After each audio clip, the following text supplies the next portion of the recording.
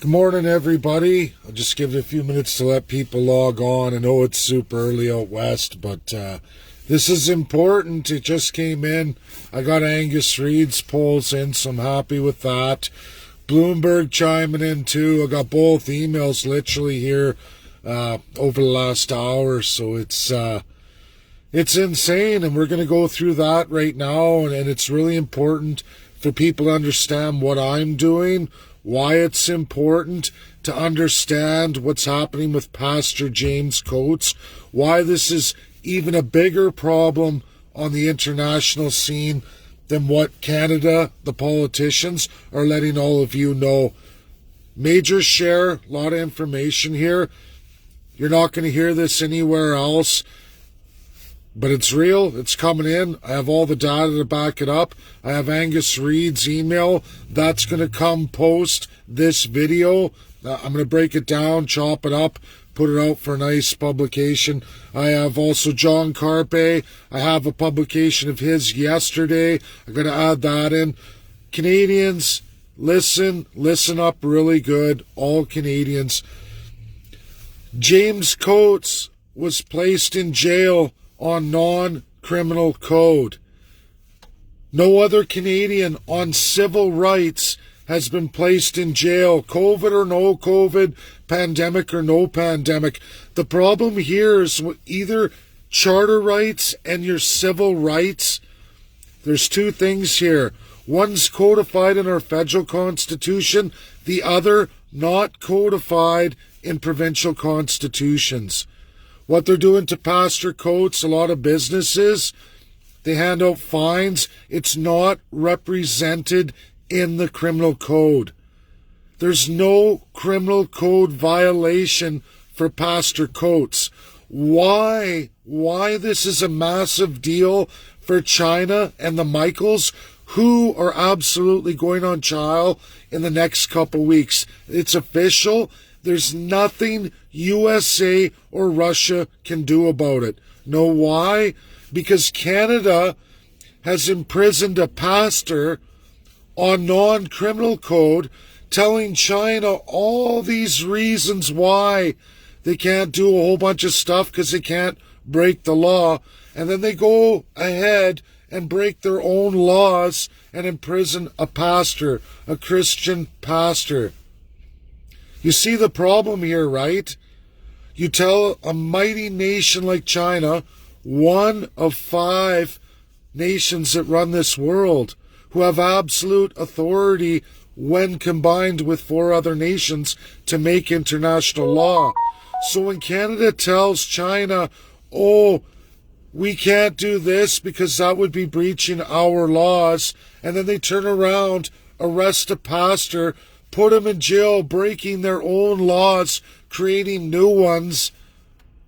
What does that mean? What does that mean for the Uyghur Muslims? What does that mean for the Michaels in jail right now? The letter that I'm pushing out, which I just want to give an update on that. We're already over 750. It's been shared out in other groups. Thanks, Cowbell, Alberta, but you know what? I need more Canadians. We got to get up to 1,000. I have to present to that prosecutor 1,000 signatures. I don't know if that UK prosecutor is going to take the case. Boris Johnson, Bloomberg shared a whole bunch. This is another part, not in the title. Hugely important. Bloomberg shares that Prime Minister Johnson is now enacting a law, trying to get a law passed through Parliament on noise levels for protests. Can you believe it? Can you believe it? Can you imagine if protests are restricted to how much noise they can put out? It's likely at this narrative, Boris Johnson, if I get the ICC prosecutor to take the case, is likely to have me banned from the UK, just as President Donald Trump did with the last ICC prosecutor. Boris Johnson may go after the ICC prosecutor from the UK, post our letter, because it's going to be very visual. I didn't get any negativity back from the UK, but I never got any kind of thumbs up either. So they don't like it. They don't want to even touch it. They're in bed with Canada and the narrative. This is the problem when you have a country with a very, very limited constitution federally and absolutely no codification, what I call the Big C, which is a legal term throughout this world. Most nations in the world today know what the Big C is. They also know little c. We absolutely run on a little c here in Canada. Very, very limited Big C. Hardly any at all. Zero on the provincial level, which is why Pastor Coates is in jail on non-criminal code. An absolute travesty. It's not about whether you believe in Pastor Coates' religion. It's the fact that that's his religion. It's his right to practice. He wasn't traveling like all the politicians.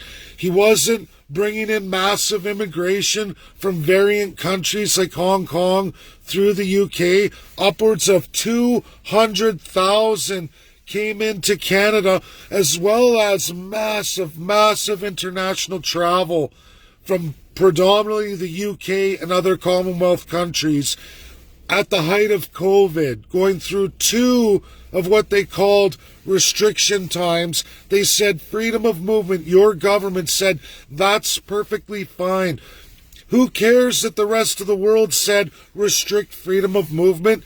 Your politicians said, we don't care. We're going to make that right something way up here. We're going to allow as many as we can during the pandemic, ruled worldwide by the binding 5. They said it was a pandemic.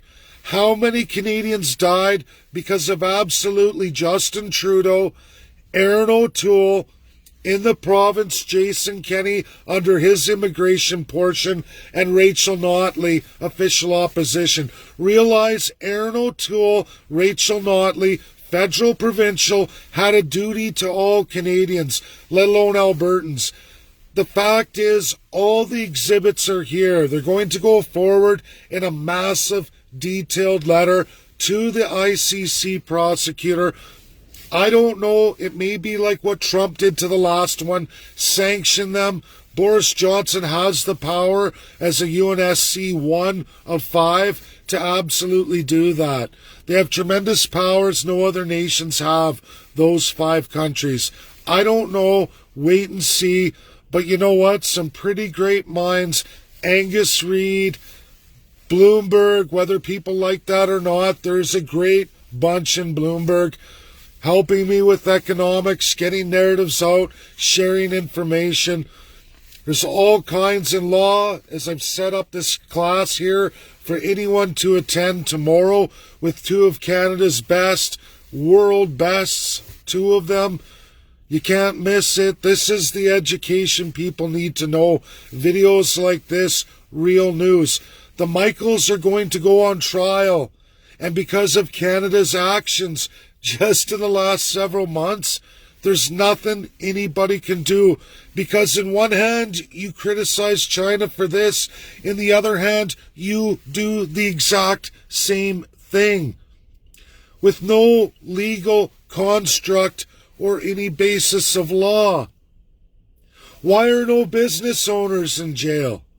Why were some fined and then others turned over, ruled, oh, we're going to throw it in the garbage? Why is it whenever you go to a different province, federal Charter of Rights and Freedoms are doing this? Their federal jurisdiction, one size fits all for all Canadians. The reality is it doesn't. We are in a colonial system. First class, second class, third class. Different rules, different strokes for different folks. An absolute illegal system in the world today. We are no better than China. Canadians, this isn't about whether you believe in Pastor Coates' version of religion or not, or you don't believe in religion at all.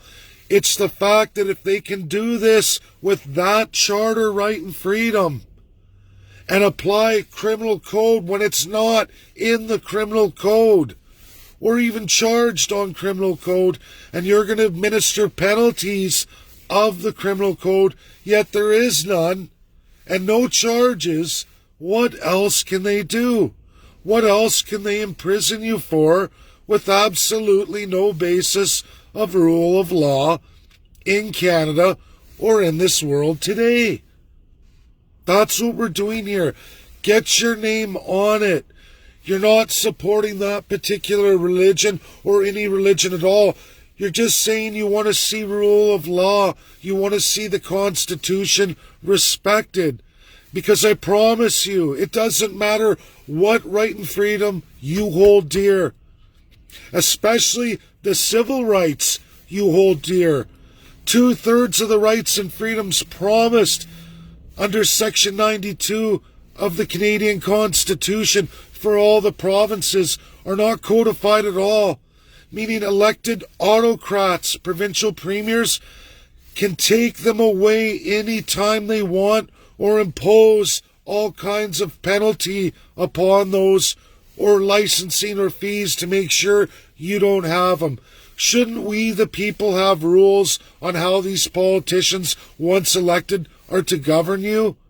How does it feel right now, Alberta, watching Premier Jason Kenney go through his platform saying, oh, I made this promise, but the way he rolls it out, for example, we're going through recall legislation.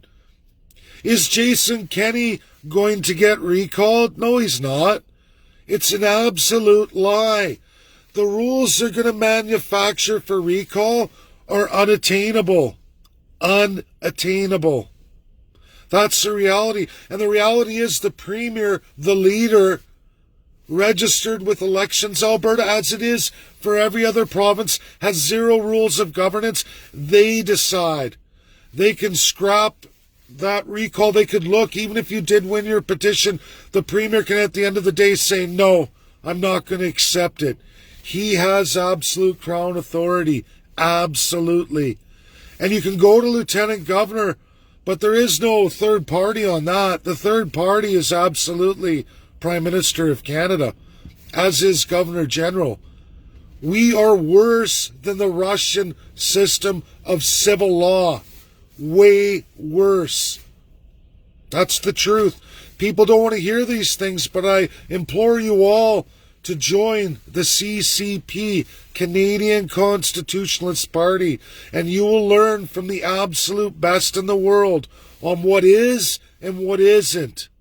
And you can compare all kinds of laws, but absolutely it comes down to what's in the Canadian Constitution and what's in international law for all UN states. Regions, which we are provinces and we have territories, are absolutely left out. Very limited fixes. They're there, but they're very limited. Very limited. We need the binding 5. Please get this shared out. The Michaels are going to go on trial, and there is nothing anybody can do about it, whether one may lose their life, may even be found guilty and punished by death. That's reality. And I promise you, nothing anyone can do about it. And why? Because Canada does the same bloody thing. Look at Pastor Coates. Where is the rule of law? On freedom of movement, where was the international rule of law versus Canada's domestic? In a world voted forward pandemic, they said they restricted all of you, but they sure didn't restrict those politicians, did they? They practiced freedom of movement, 6.7 million international travels through Canada during the entire pandemic. Sure, Trudeau's all of a sudden, oops, I got caught. Now he's panicking. Oh, no, we're going to restrict all that. We're imposing all this. You killed a lot of Canadians, sir. You killed a lot of Canadians. If we're going to call this a pandemic and you're going to say it was worth all the lockdowns, you certainly didn't lock down freedom of movement internationally. You brought all the variants. Aaron O'Toole clapped and said, yep, that's our policy too. I'm official opposition. I won't say a word, because it benefits my party too. It fills my back pocket. As it did Jason Kenney, Premier of Alberta, when he was Immigration Minister and is a lifetime Privy Council member. Swore an oath to the Crown, which is absolutely sworn to Prime Minister. Should a man like that ever be Premier of a province, let alone with the pure autocracy, with uncodified provincial constitutions, none in existence anywhere in this country, the only country of all the democracies that runs that way? Let alone a Senate appointed by absolute autocracy, first-class citizen, friend of the Premier, or famous Canadian. Boy, that screams merit. That screams you're going to get the best of the best for the people. You're going to get a bunch of rich, lazy babies, maybe not even people who are even from this country or could give two shits about this country because they swear an oath to a foreign country. We don't even have the law of sovereignty in Canada. Not one bit. What does that tell you? Pathetic. This country needs rework, and that's what we're going to do. Share, share, share. Get it out there. I know it's super early, but it's got to go. Thanks all. Bye now.